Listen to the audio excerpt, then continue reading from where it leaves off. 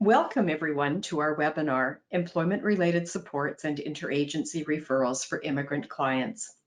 This webinar introduces the second of two e-learning modules that guide effective supports, service delivery, and interagency collaboration.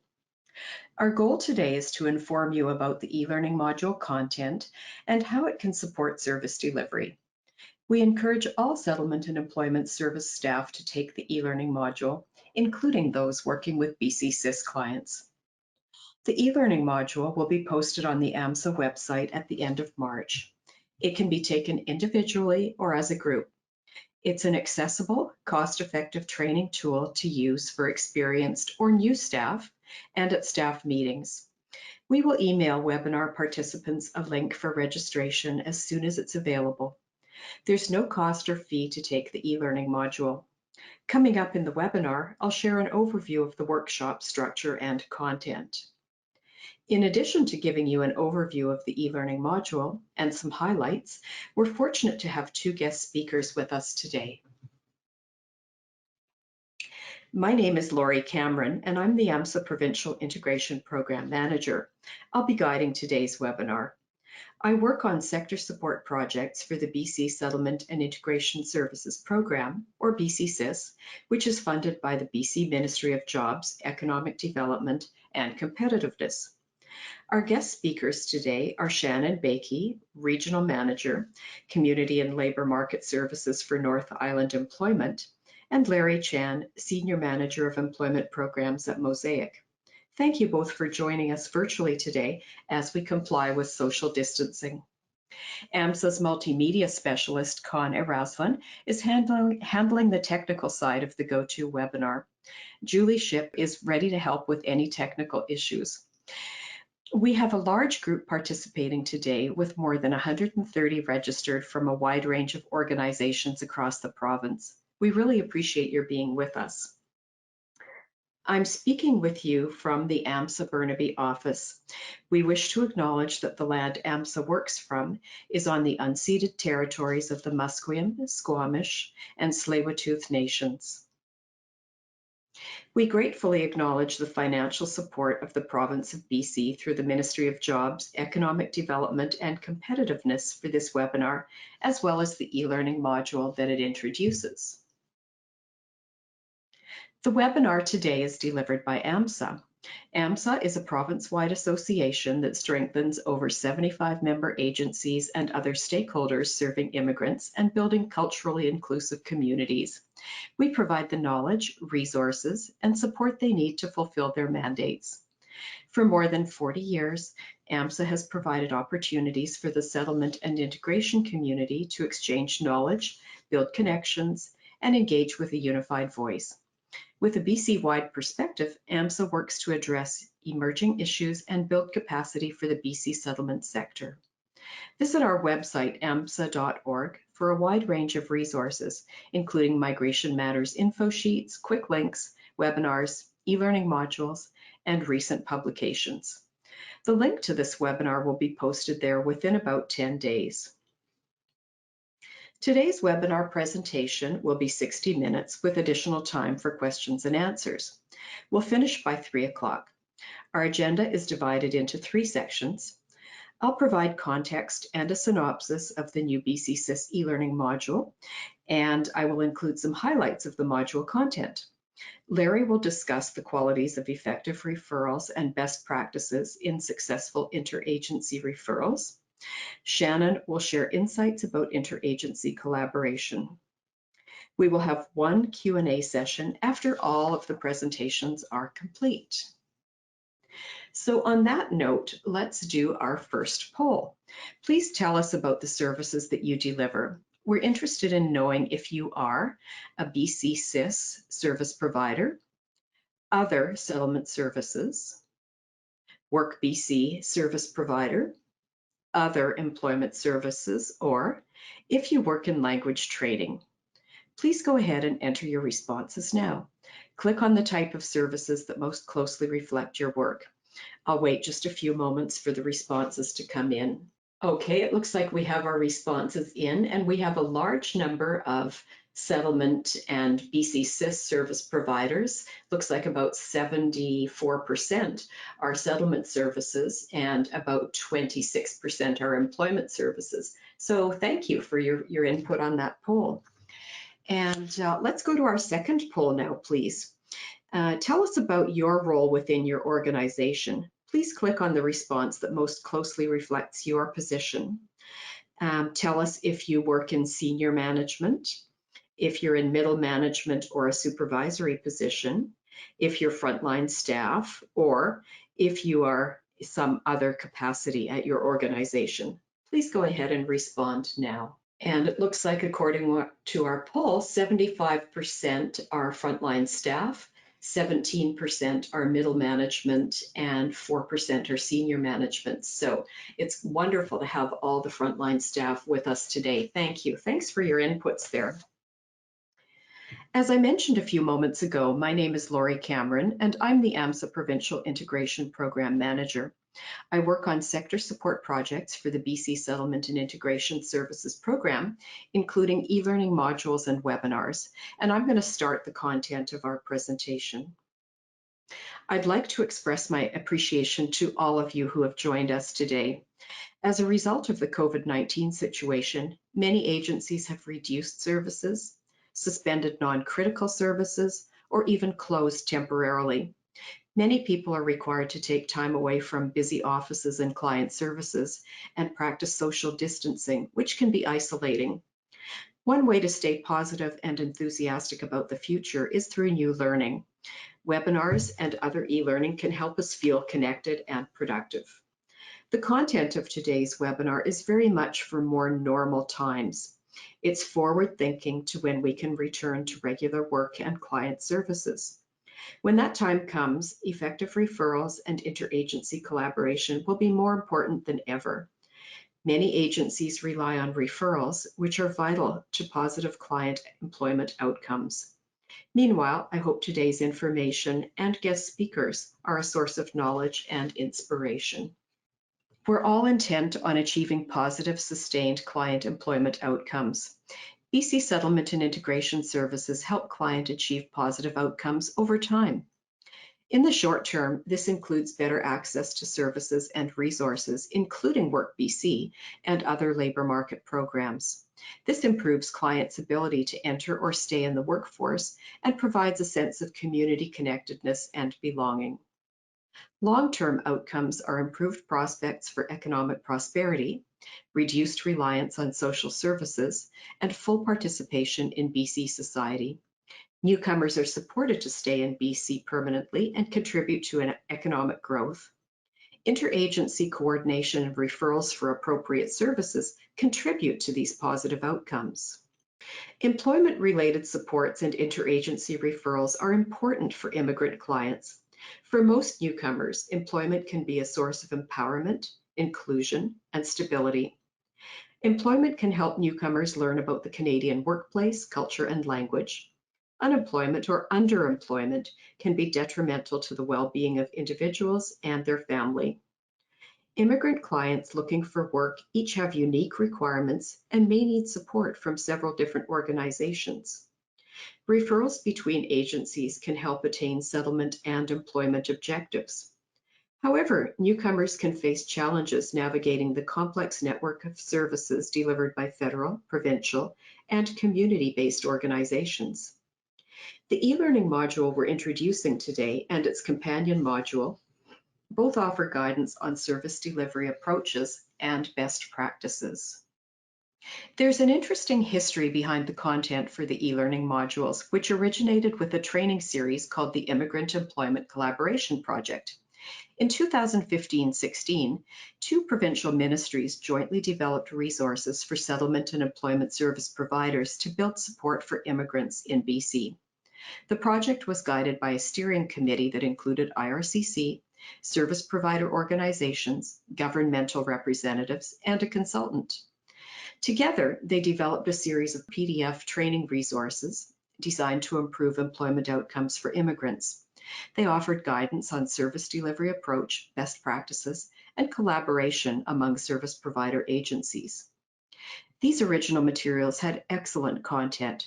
However, with changes to Work BC and other programs, they needed an update.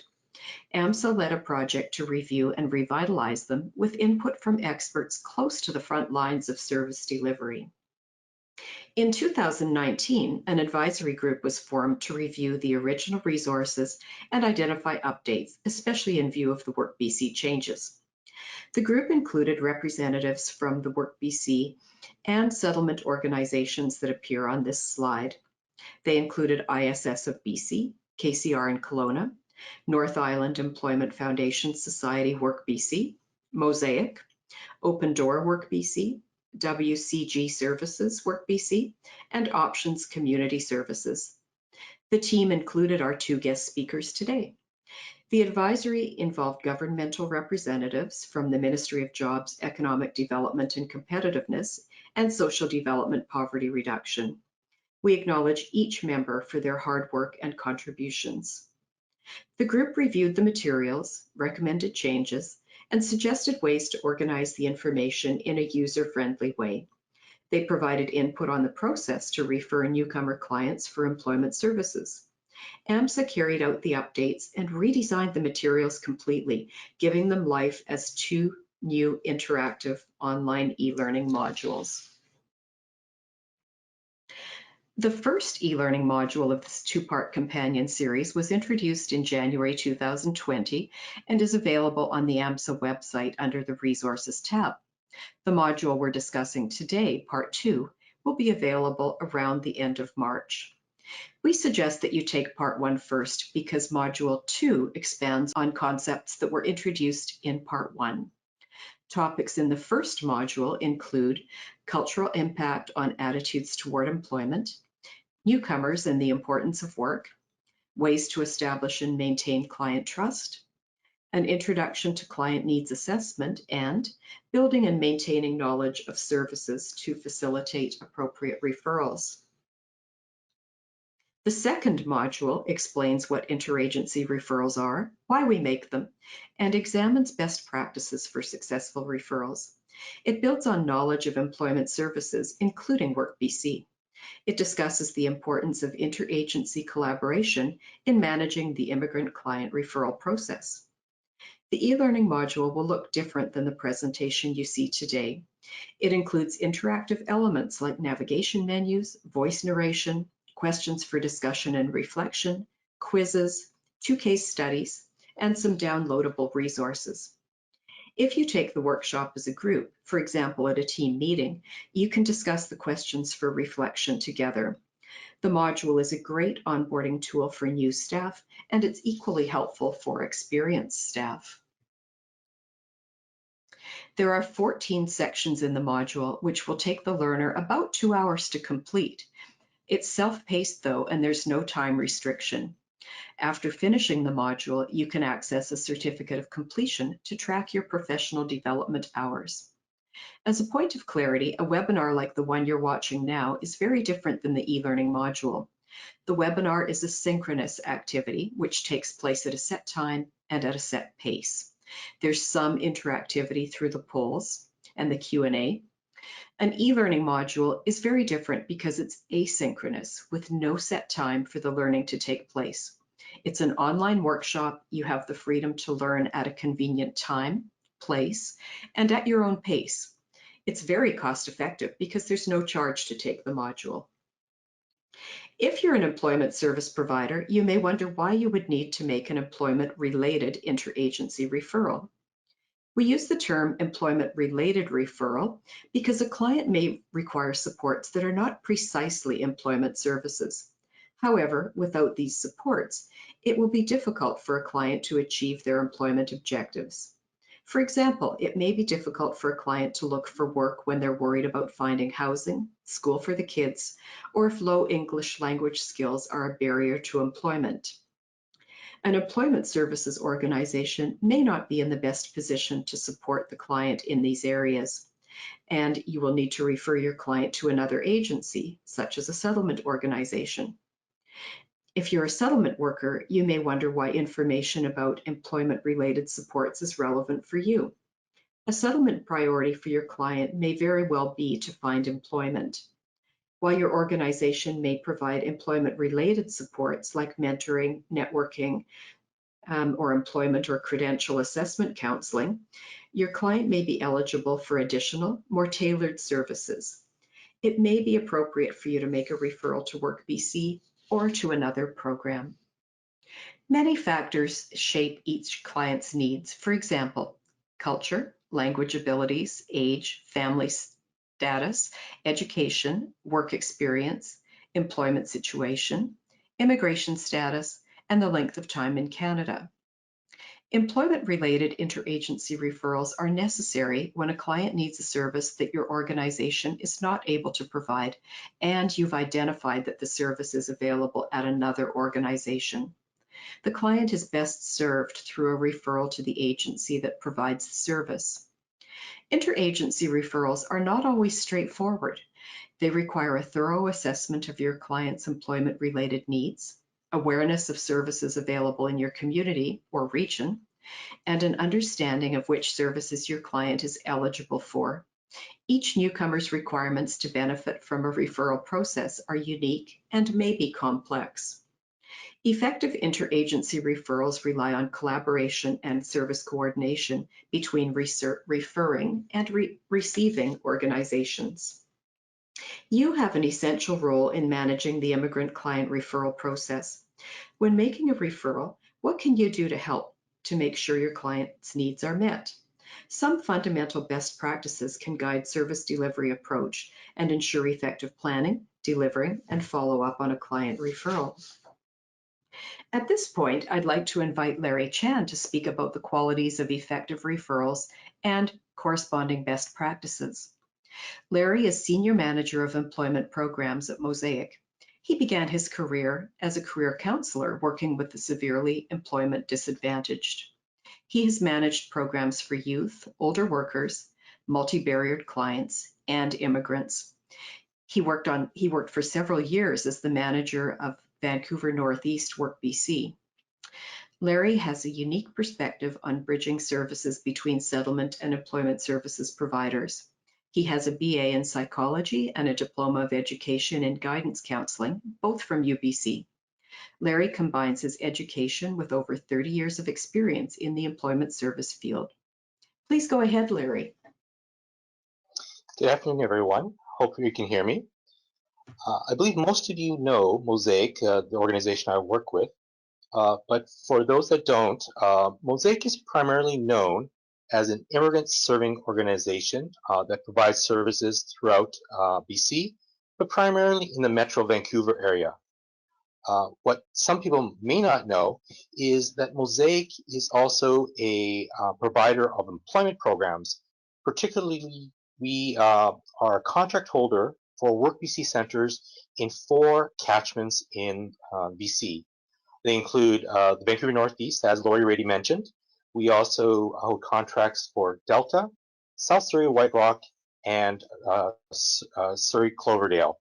At the same time, Mosaic has the privilege of working as a subcontractor or a partner with 4 other catchments in the BC area. So why I mention this is that Mosaic has a unique perspective, and I think I have a unique perspective from both a settlement service perspective and a employment service perspective. And hopefully in the next 15 minutes, I can share some of those experiences with you as we talk about the qualities of effective referrals interagency. And sometimes when I talk about interagencies, I talk about, it may sound like I'm talking about within Mosaic, but here at Mosaic, our settlement and employment services are quite separate. So the referrals are just like referrals interagencies, and that's how I see it. So let's first start with a bit of a poll.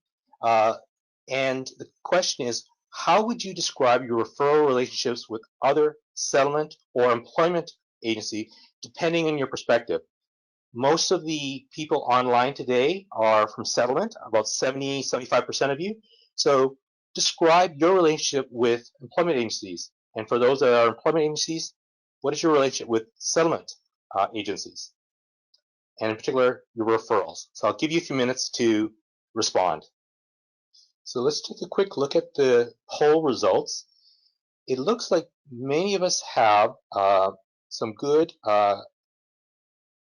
referral process in place. No one is not doing referrals.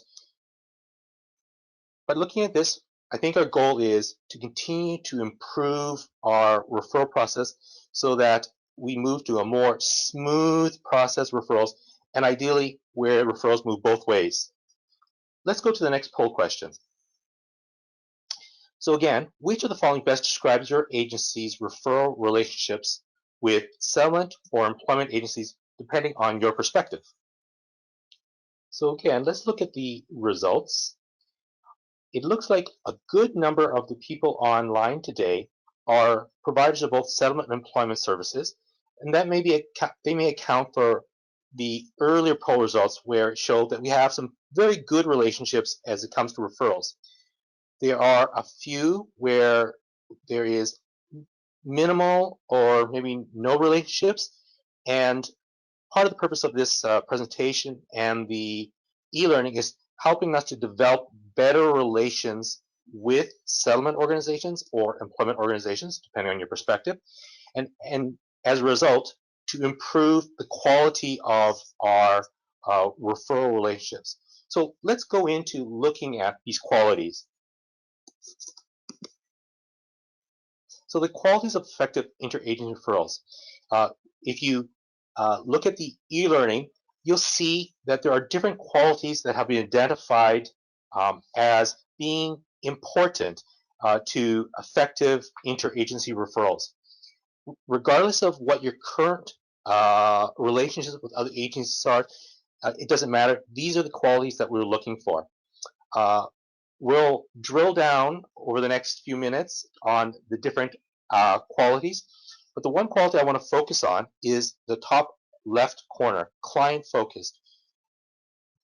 As a personal for me, for my organization, and I'm sure for many of your organization, the client is where we always start from, and that will be the focus throughout this presentation.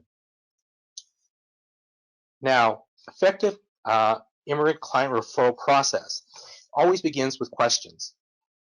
Again, questions regarding our clients. What services does my client need? Is a referral to another agency actually required? What services are available in our area?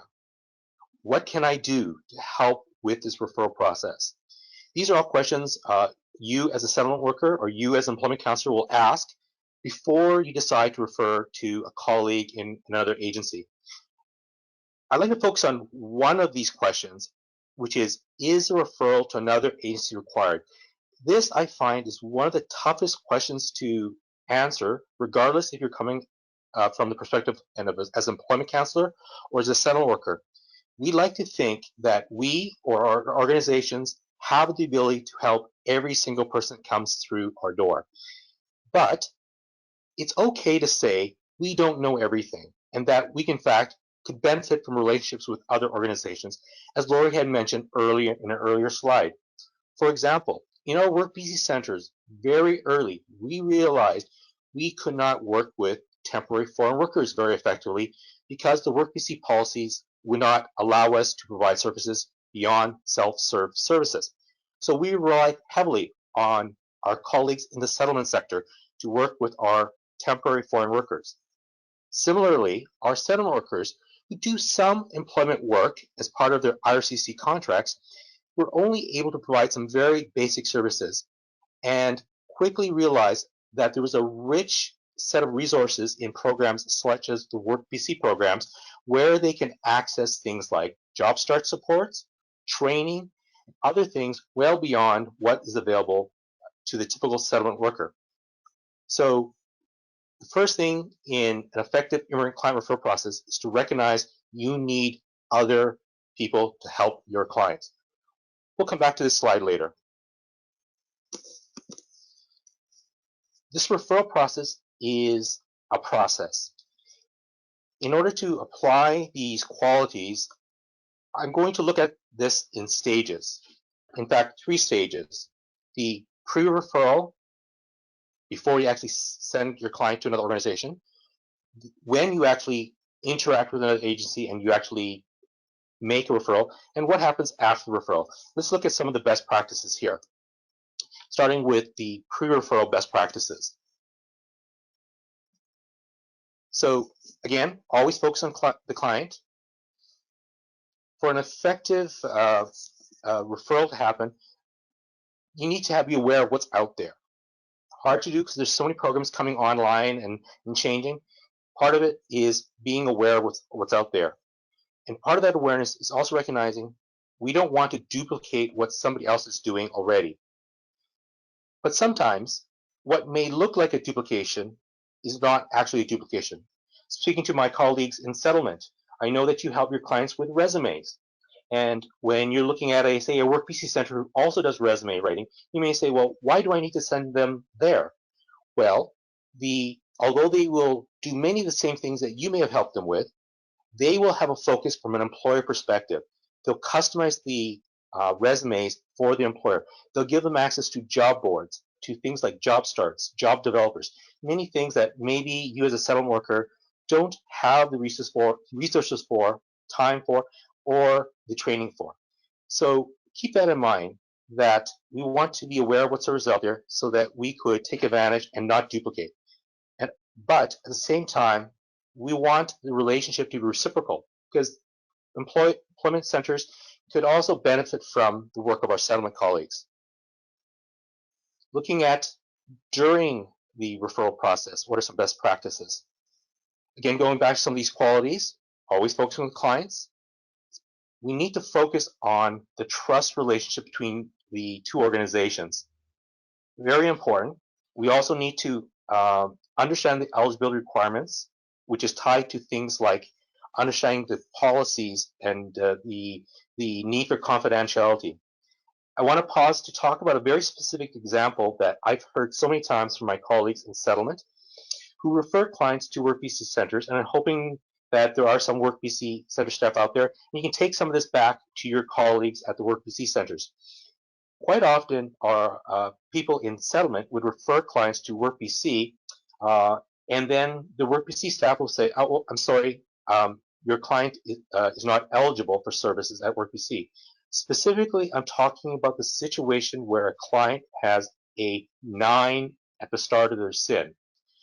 Now, if you drill down to the WorkBC policies, there are exceptions to when a 9 is actually eligible for service at WorkBC. But unless you know the policy, unless you have understanding the eligibility, clients can be pushed from one program to another and get a bit of a runaround. So if we want to have good referrals between agencies, we need to have an understanding of each other's eligibility and policies. And if you can't understand all the policies, just develop a really good relationship with one person in that organization, and they can be your best resources in navigating the eligibility and privacy and confidentiality issues and policy issues for you and your client.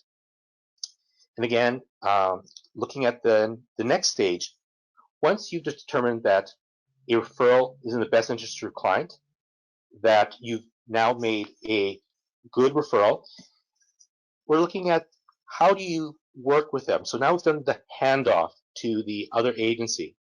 Again, always be client focused. Spend time assessing their needs. Yes, they were assessed prior to being referred to you, but you need to do your assessment too from your perspective. Develop an action plan that both you and the individual can agree to. Communicate what the expected outcomes are to the client, and if your confidentiality agreement with the client allows you to communicate with the organization that referred the client to you, communicate those outcomes so that everybody is working on the same page to support this client, providing a wraparound approach. And then finally, accountability. One of the things that we all have in common is we all want the same thing. We want the client to be successful. We want them to be employed and fully integrated into Canadian society. So if we all have the same goal and we're all accountable for the same thing to our funders, working together to this end is to the advantage of all parties.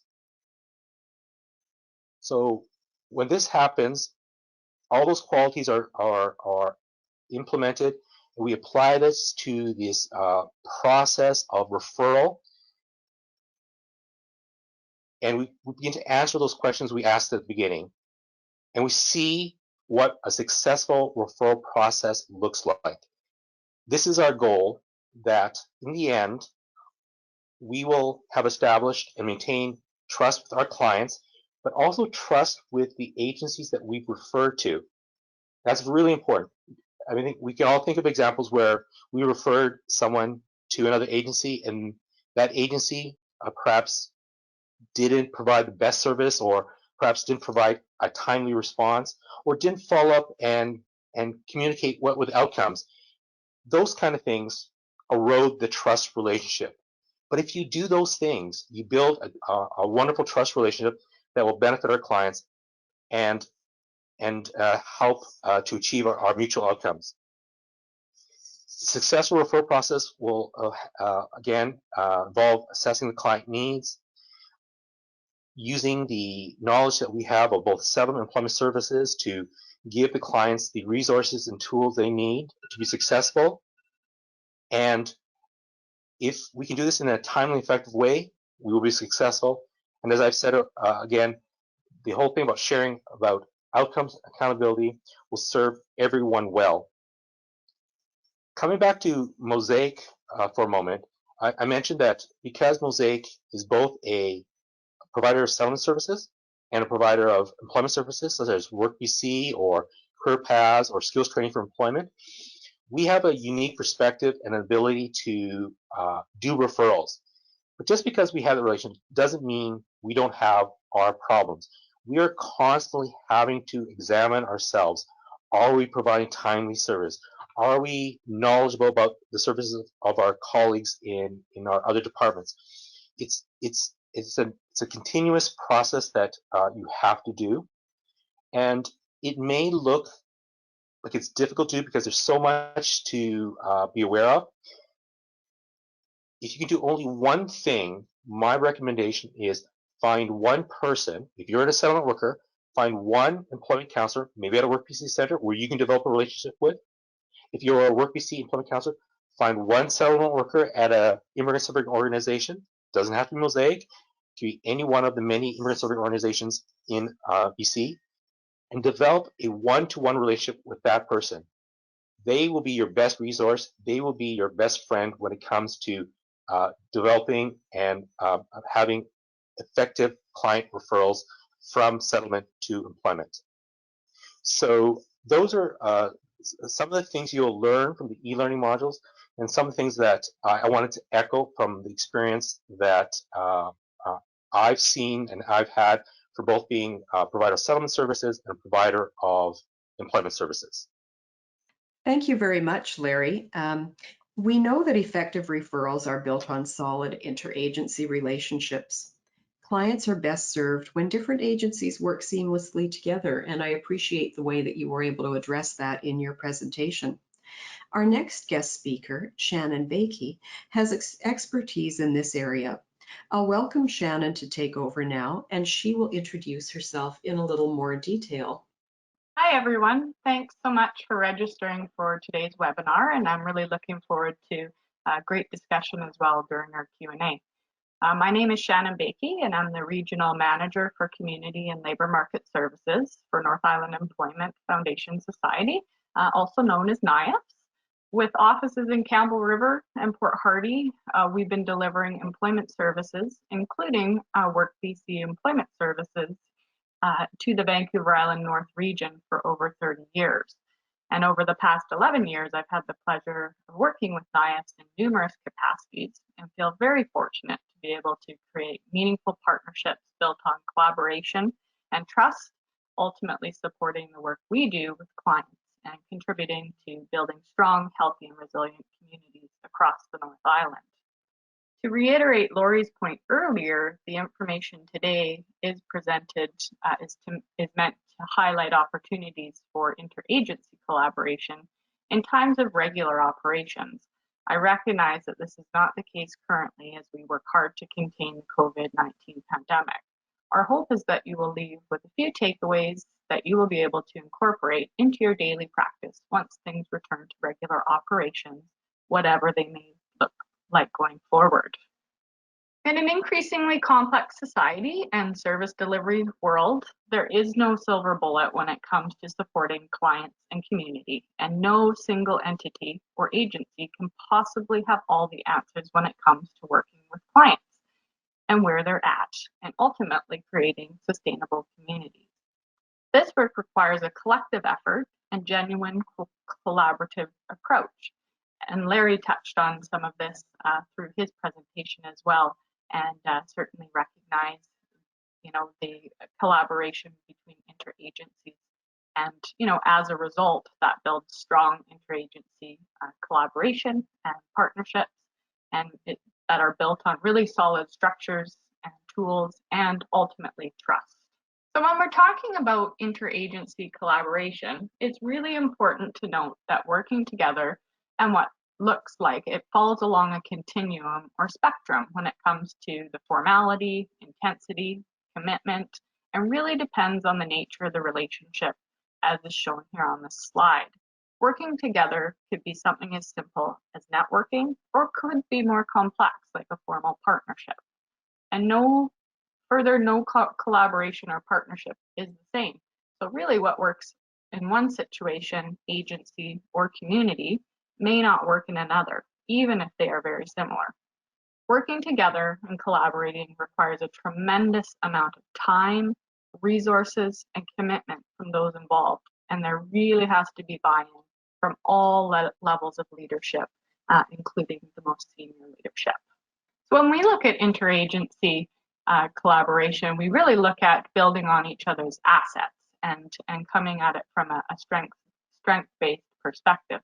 So understanding, respecting, and leveraging agency assets is a really important strategy for interagency collaboration, as it combines the best of all worlds with innovative ideas from collaborating agencies to support clients in the very best way possible, and ultimately reduce duplication, as Larry mentioned in his presentation as well. This is certainly something that Niles and our colleagues at the Immigrant Welcome Center of North Island practice every day. And this picture I put up just for a little levity, as I know that we are all working in isolation for most of us, myself at home, and it was nice to see, be able to put up a picture of our team. And this is just an example of our office outside during the Great Shake Out and our evacuation planning exercise each year. And our colleagues from the Immigrant Welcome Center and the Campbell River Association for Community Living are both included in that due to their often working out of our office and co-locating to deliver services to our clients. So when we look at collaboration and working together, it definitely takes work and really needs a few ingredients for success, namely senior leadership, commitment, and capacity. And one of the final, but perhaps most important aspects to interagency collaboration is the importance of leadership, and really the need for a champion, or even more than one champion, who has the authority to make decisions on behalf of the organization. Although I have no single definition of a champion, I'll share a number of key descriptors related to leadership champions. And in this picture here, just to give you some insight of who these folks are, that's Val Meany. She's the Executive Director of North Island Employment, and Jim Brennan, who is the Executive Director of the Immigrant Welcome Center of the North Island. And often Jim works out of our office, as does his team, in delivering services to clients. So in terms of what a senior leader brings to building collaborative relationships between agencies, they're certainly trusted and respected. They're able to make decisions, so whether that's financial, human resources, new projects, partnership building, on the behalf of the organization. Really finding the right people at the table to ensure that building that interagency collaboration is done through all levels of the organization. Capacity, we know, is certainly one area as well to take into consideration in terms of those leaders throughout the organization possessing the required skills and competencies to really think strategically and to identify opportunities to build strong organizations, partnerships, and communities. And they also have to be committed. So as a champion who is looking at building, relationships with different agencies, they have to be willing to do the work and put in the time to build strategic partnerships, because it's the right thing to do and is of value to the organization, the community, and most importantly, our clients. Ensuring that those three descriptors are sort of part of looking at, who can champion building interagency collaboration. So what does this mean on the ground? So as a result of sort of the committed leadership of both North Island Employment and our local Immigrant Welcome Center, we've really been able to collaborate in a number of ways. And most of this is due to the fact that we've had a long-standing relationship. We respect each other's organizations, and we really trust each other and appreciate each other's expertise. So NIAFS and the Immigrant Welcome Center of North Island, we have formalized our collaborative work together through a memorandum of understanding. And really that's, a way to aim to increase service access and availability. And as Larry said, to make that smooth referral back and forth, to jointly plan and coordinate service delivery systems to eliminate duplication, to make effective use of existing financial and human resources, and to increase connection to the labor market for permanent residents and new Canadians. We've also had the great opportunity to be able to co-locate in both our Campbell River and Port Hardy offices over the years. Currently, the Immigrant Welcome Center staff do work out of our NIAFS office in addition to their own office. So that we do find is quite beneficial in terms of really, making us feel like we're all part of a team. As our subcontractor for Work BC Employment Services, it's really valuable to have them within our environment and to be able to make that a really easy transition for clients. The employment counselors from the Immigrant Welcome Center of North Island regularly attend NIAFS employment counselor team meetings and are very much included in all of the training that we do in terms of employment services and client services. So we really work hard in terms of building that collaborative interagency relationship to ensure that they're very much part of our team. We also share resources and expertise to support different funding applications, but also to look at innovative ways to work together in terms of what are some of those programs out there? Where are some of the gaps that maybe we could work together to provide resources and expertise to support? And finally, certainly some of the on-the-ground work that we do in terms of collaborating with each other is definitely participating quite actively in each respective agency's different events. So whether that's career fairs, employer information sessions, connecting potential newcomers to employment opportunities, the big walk away from racism events that have been held recently or in the past. Just recently, we participated in the Campbell River International Welcome event for students, which was hosted by our Immigrant Welcome Center, and co-presentations to municipal governments and our other work and our work together across the Vancouver Island North region, so that our communities also see that we work very closely together and collaborate on a regular basis. And at the end of the day, both organizations are very much trusted and respected in our communities. So some of the final thoughts, just in terms of summing up, certainly as communities and organizations are faced with increasingly complex issues and that impact the overall health and well-being of community and their clients, finding innovative ways to work together and build strong collaborations and partnerships is a key ingredient to building healthy communities. So certainly some of the recommendations in terms of working with interagency collaborations is certainly to develop both formal and informal collaborations. As per the previous slide, there's certainly lots of opportunity for ensuring that. Thank you very much, Shannon. I'd like to go back for a moment to the diagram that was shown earlier in Larry's section. And this diagram shows fundamental best practices for successful referrals. In the e-learning module, there's a chapter on each best practice with some helpful guidance on service delivery approach. And I'd like to share a few highlights with you now. The foundation for successful client service and referrals is to establish and maintain client trust, starting at the point of initial client contact. It must be maintained throughout service delivery and across agencies for the duration of the referral. The e-learning module has techniques to establish and maintain a collaborative, trusting, working relationship with clients.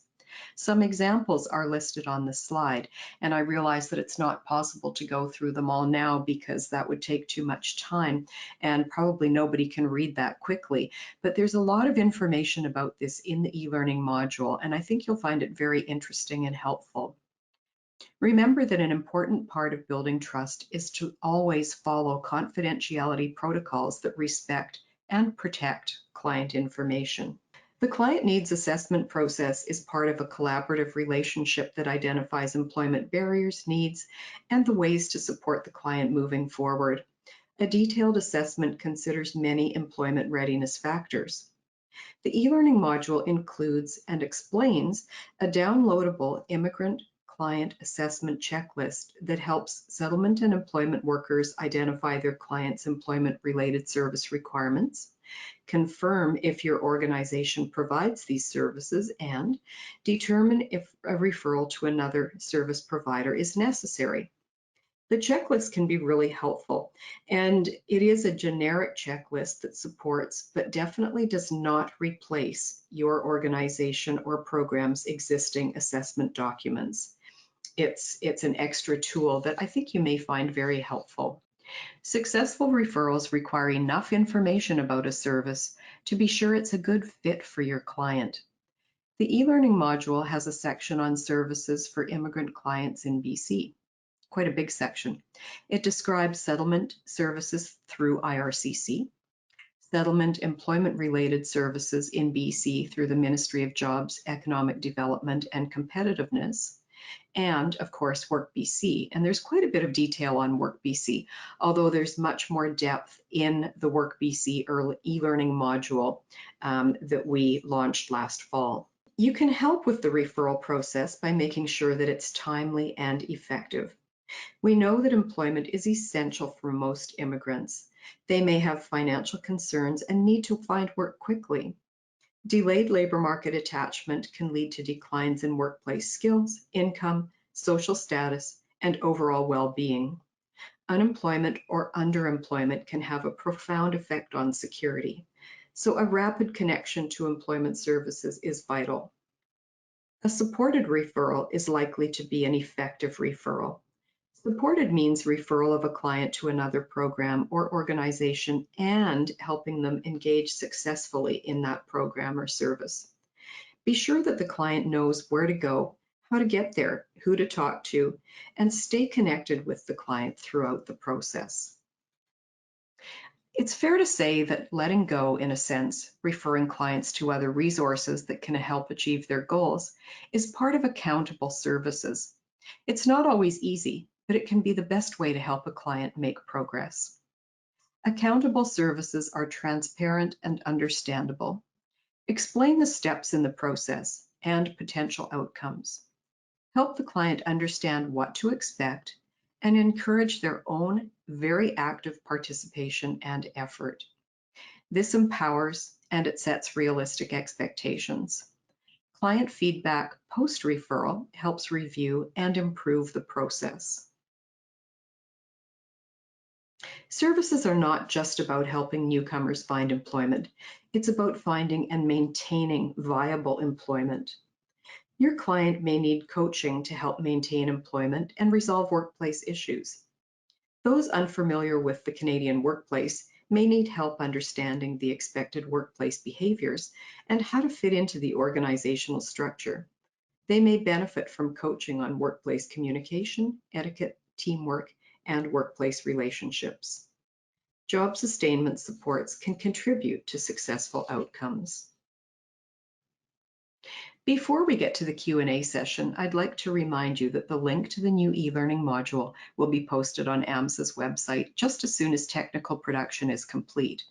We'll email webinar participants the link shortly after March 31st. The e-learning modules are funded by the Ministry of Jobs, Economic Development and Competitiveness in support of the BC program. However, all registrants and learners are welcome. There's no cost or fee to take the module. The new e-learning module we've been discussing today is one of 7 online training workshops that support frontline workers in service delivery.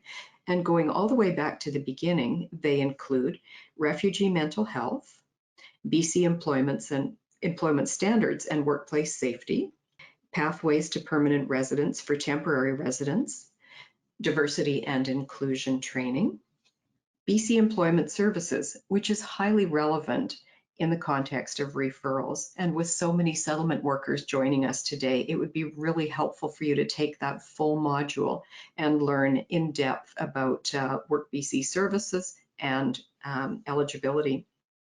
And of course, there are the new companion modules, employment-related supports, and interagency referrals for immigrant clients, Part 1 and 2. Part 1 is already available through the AMSA website, and as I mentioned, Part 2 will be available very soon after the end of this month, which is almost here. So that said, we're interested to know which e-learning modules you are most likely to take. Please click on all of the ones that you're interested in from the list. Go ahead and click on the poll now. GoToWebinar only gives us a maximum of 5 options, so we weren't able to put all 7 of them in there, but go ahead and click on, out of the 5 that we've listed here, which ones you are most interested in and which ones you're most likely to take. So the numbers are in now, and it looks like we've got a relatively even split across all of them. But as always, there's a lot of interest in pathways to permanent residence for temporary residents, and pretty much an equal split between all of the other ones. So thank you for your input there. So great news, it's time now for your questions. We will do our best to respond to everybody who puts a question forward. And if we run short of time, we'll respond to you as soon as we can after the webinar. So if you have a question, please go ahead and type it into the question box on the GoToWebinar platform. You can specify if there is a particular presenter you would like to respond. So if you want Larry to respond, please mention that. If you want Shannon to respond, please mention that. But go ahead and put your questions in now. And while everyone is thinking of their questions and getting them into the platform, which can take a little bit of time, there can be a little bit of a gap between when you put them in and when we receive them. So while we're waiting for those, I have a question for Larry, if you don't mind, Larry. You talked about the importance of building and maintaining trust, not just with clients, but also with the other agencies and your colleagues in the sector. And it seems to me that building trust is a really important foundation for relationships with colleagues in the sector. Do you have any particular tips or suggestions about how to build trust with other agencies? Perhaps that involves ways to demonstrate respect, ways to demonstrate courtesy. If you have any suggestions that you could share with us on that point, maybe you can respond to that question verbally while we wait for the other questions to come in. Sure, Laura, happy to respond. My answer actually goes back to something that Shannon talked about her when she was sharing about her organization, how they're co-located with other organizations. And when you saw that photo and how everyone was sort of standing together, and of course this was before COVID-19, by by working side by side, that's how you develop trust, you develop the relationships, you develop knowledge of each other's services. And I'll give an example from Mosaic's experience, not working with immigrants, but working with other specialized population groups. In our Work BC Center in Vancouver, we have partners from other organizations like BC Center for Ability, where they work with persons with disabilities, or Frog Hollow Neighborhood House, where their specialty is working with youth. Our staff and their staff work side by side. We have potlucks together, we have meetings together, we do training together. And over the course of over 8 years, the lines between organizations have blurred. We're all there to serve one purpose, which is to serve our clients.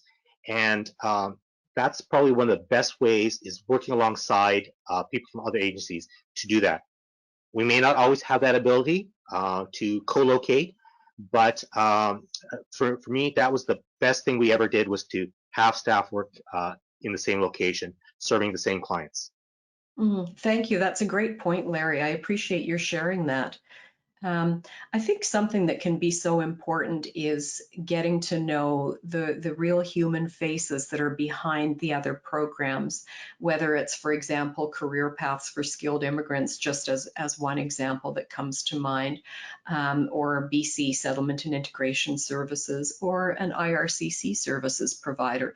So do either Shannon or Larry have any other suggestions for how to make that connection and then keep building on it, and really build that personal connection? I think it's Shannon. I think just the, reaching out, and as Larry had mentioned, finding maybe that one person within the organization that can be your real, your go-to in terms of other referrals. I think one important part as well, particularly when we look at, shifting contracts and new contracts and different staff coming and going and things like that, there really has to be that commitment from both sort of agencies or more to continue to build those relationships regardless of whether staff come and go. So I think that's the big challenge, is really maintaining that consistent communication with the organizations that you're working with. Very much so. I remember too, thinking back to when I worked on the front lines in employment services, it was incredibly helpful when other organizations came and did an in-person presentation about their program, because you got to meet the person who was in charge of the program, who could share all the details, and you had an opportunity to become equally enthusiastic about it. And when there's that understanding and enthusiasm, there is likely to be a lot more referrals to the program. So I found that in-person presentations were a great way to help build connections, especially when someone was introducing a new program. So I'm just trying to see if we have any questions that have come in on the GoToWebinar platform. For Larry and Shannon, does Mosaic have any NIEFS have any partnerships with pre-arrival services? I'm the community engagement specialist at Next Stop Canada and would love to collaborate. So this is Larry, and yes, we do have relationships from pre-arrival, and I'll be honest, it's one of the best things we have going for our services, because it really makes a difference when clients come if they have some pre-arrival support. We work with ISANS, who's in Nova Scotia. We're a subcontractor to them. We provide the settlement online pre-arrival online workshops.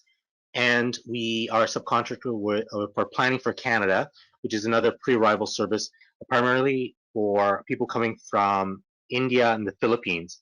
And those two are great examples of where Mosaic recognized we can't do everything.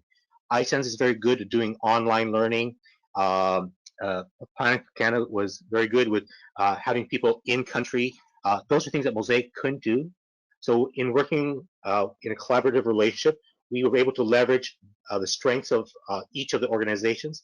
So the answer is yes. And if you want to reach out to me, I don't know if Lori, there's a way you could share my contact information to the people online.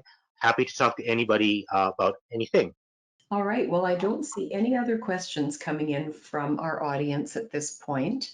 Larry or Shannon, is there anything else that you would like to add on as any final words before we close for today? I think just to your point, Lori, that, interagency collaboration and certainly your point, Larry, around each organization's not being able to know absolutely everything. I think certainly once we come out of this current COVID-19 pandemic crisis, I think that's going to be even more important. There's going to be a lot of people looking for services and on both spectrums. So I think just recognizing that as organizations working collectively is really such a great opportunity to support our clients and communities, and it certainly going forward it will be a big opportunity for supporting recovery in our communities. Yeah. And also just thank you so much for the webinar, and I hope that people were able to take some good points away. Thank you, Shannon. Larry, were you going to add something? I was just going to also just say, really appreciate AMSA putting this webinar on. I'm looking forward to the e-learning modules, partly because I was part of the original collaboration back in 2015 and now for the redesign. So I'm really excited to see that it's been refreshed and we'll have a whole new life. And a very different look than what it was, Larry. A question just popped up here about whether the information about the e-learning module would be sent out. And for those who were registered for the webinar, we will send out the link to the e-learning module as soon as it's available. And that will be, I would say, give it about a week or thereabouts, because it'll be available once the technical production is finished. And that'll be very shortly after the end of this month. So we will correspond with each of you at that time with the link. So at this point, I would like to thank our guest speakers and thank all of our participants today. We appreciate your feedback in the polls and your questions. And thank you, too, for the important work you do and for persevering in these really difficult times. We gratefully acknowledge the financial support of the province of British Columbia through the Ministry of Jobs, Economic Development and Competitiveness for supporting the module series and today's webinar. And once again, we invite you to visit amsa.org for other helpful tools and resources. And remember that under the Resources tab is where you will find all of the links to the e-learning modules that I mentioned earlier. And it's a great source of learning and inspiration during these difficult times and anytime. So thank you everyone for your participation, and goodbye. Take care.